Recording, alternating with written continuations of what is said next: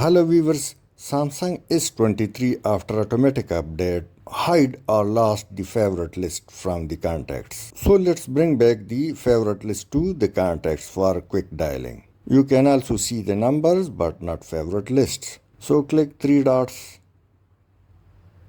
and now reordered favorites.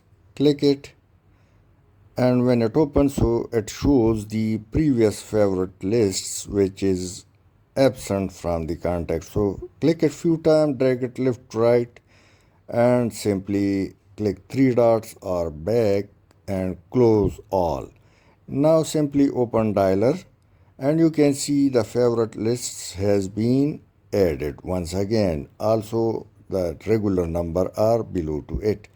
Now in case if you would like to remove a number from favorite list, click the contact, then I like sign and off this star or unhighlight the favorite star. So the number removed from the favorite lists. Now in case if you would like to add a number to again favorite list, click on contact, then search, select or type a name, open a contact, then I like sign, and when you press it, so favorites appear. Once again, go and highlight it. Now you can add or remove any XYZ number from your favorite list.